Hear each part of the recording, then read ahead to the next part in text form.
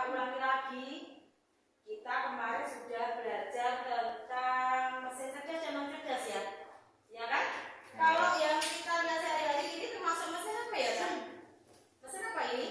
Mesin cerdas. Kalau yang di ruangan kita ini ada kipas angin. Kipas angin termasuk mesin cerdas atau non cerdas itu? Non cerdas. Non cerdas. Dan kalau ini yang ruangannya ini ada yang di sini termasuk cerdas atau non cerdas? Non cerdas. Iya, karena ada settingannya dulu. Nah, sebelum pembelajaran kita lanjutkan, Wika akan menyampaikan tujuan pembelajaran hari ini, yaitu kita akan lebih mengenal manfaat kecerdasan artifisial dalam kehidupan sehari-hari. Kemudian kita tahu apa toh itu pengembang dan pengguna dalam AI.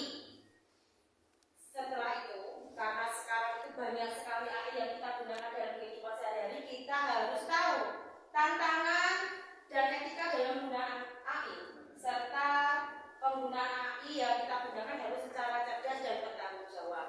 Nah, kita lanjutkan ya.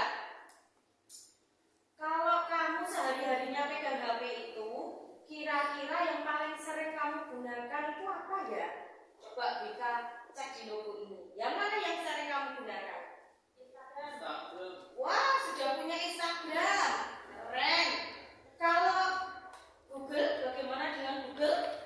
Sering cari informasi ya. Kalau kamu butuh apa pasti Google-nya diketik. Kalau tidak, kamu pasti halo Google. Coba seperti ini. Sudah tidak asing kan? Sudah tidak asing. Kemudian ini GrabFood. Sekarang kalau lagi mager, kalau hujan, orang tuamu di HP-nya ada aplikasi GrabFood, tinggal pilih-pilih, tinggal scroll-scroll. Ibu mau pesen cilok, mau pesen apa gitu ya, cilok kuah atau seblak ya sekarang. Kamu tinggal ngeklik, nanti tinggal tunggu di rumah, diantar.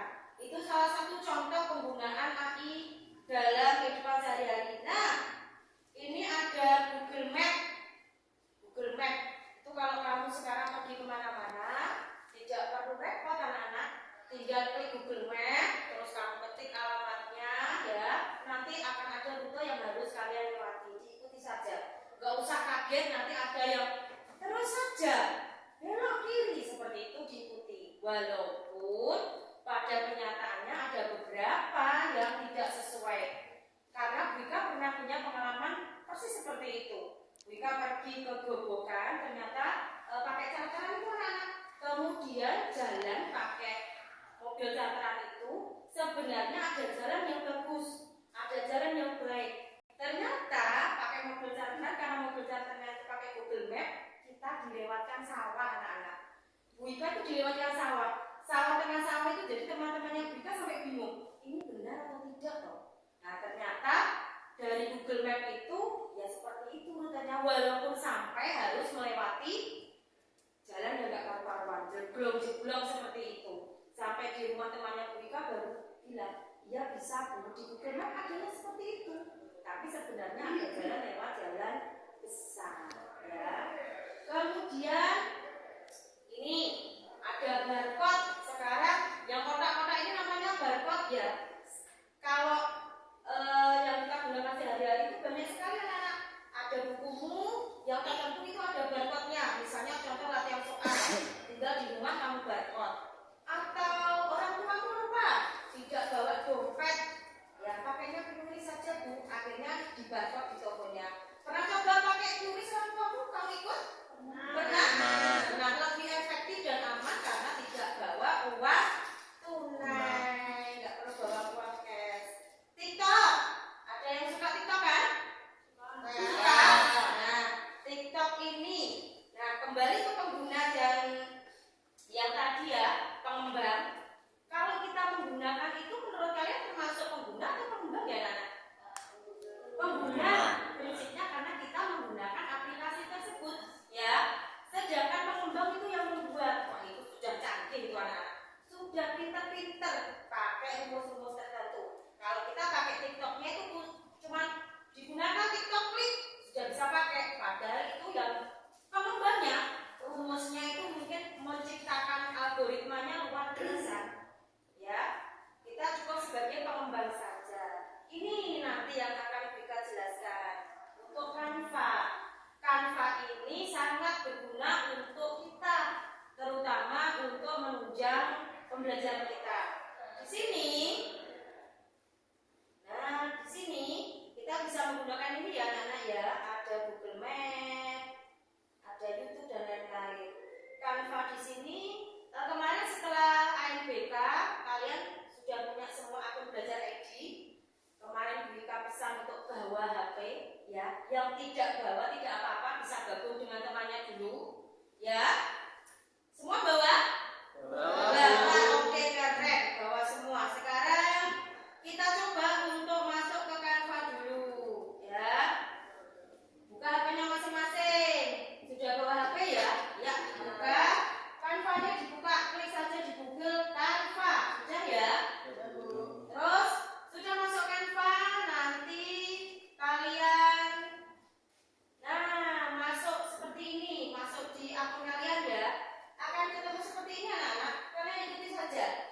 Sudah, kemudian di sini ada fitur-fitur atau tulisan-tulisan gambar-gambar, ada beranda, ada tugas. Di sini kalian bisa mencari apapun yang kalian butuhkan, terutama untuk pendidikan. Karena ini akun belajar gratis, tidak berbayar untuk kalian. Di sini berandanya misalnya Bika klik di sini ya. Sudah, kalian mau buat apa? Di sini bisa kita cari. Nah, coba kita buat jadwal piket ya, jadwal piket.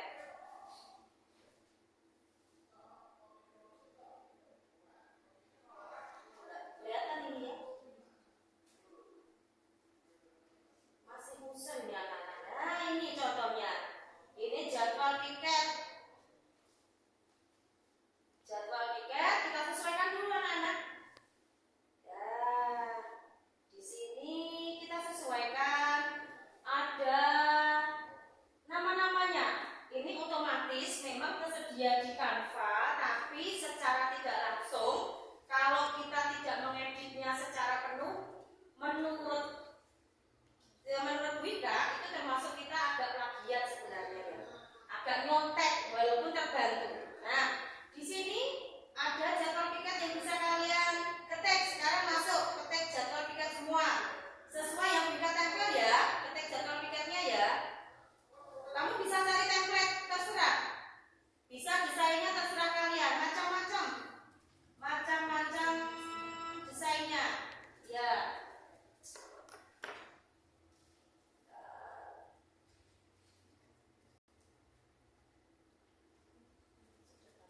Sudah selesai? Sudah, Bu. Iya. Nah, sekarang kalau sudah bisa semua, Bika bentuk kelompok ya. Bika bentuk kelompok, masing-masing kelompok ada 5 anak. Ini ada peta konsep yang harus kalian kerjakan. Kemudian setelah peta konsep itu kalian kerjakan, tadi Bika bilang ya di situ, ketika kita mengerjakan dari kecerdasan artifisial terbantu oleh AI, banyak sekali yang harus kita perhatikan ya. Tidak boleh mencontek seperti itu atau tidak boleh membuka catatan-catatan pribadi. Nah, ini yang anak.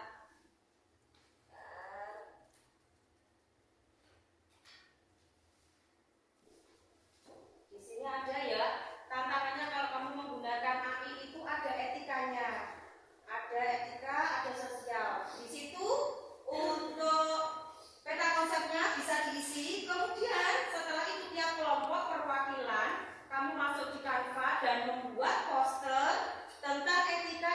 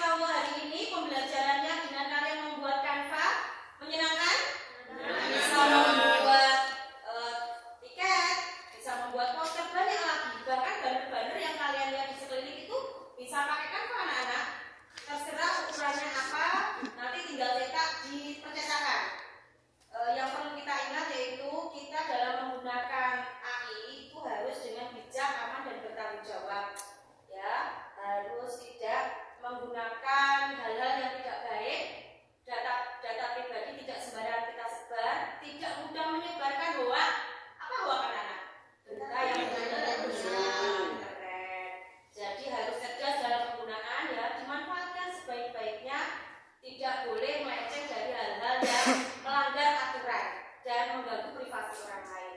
Sampai bertemu di pembelajaran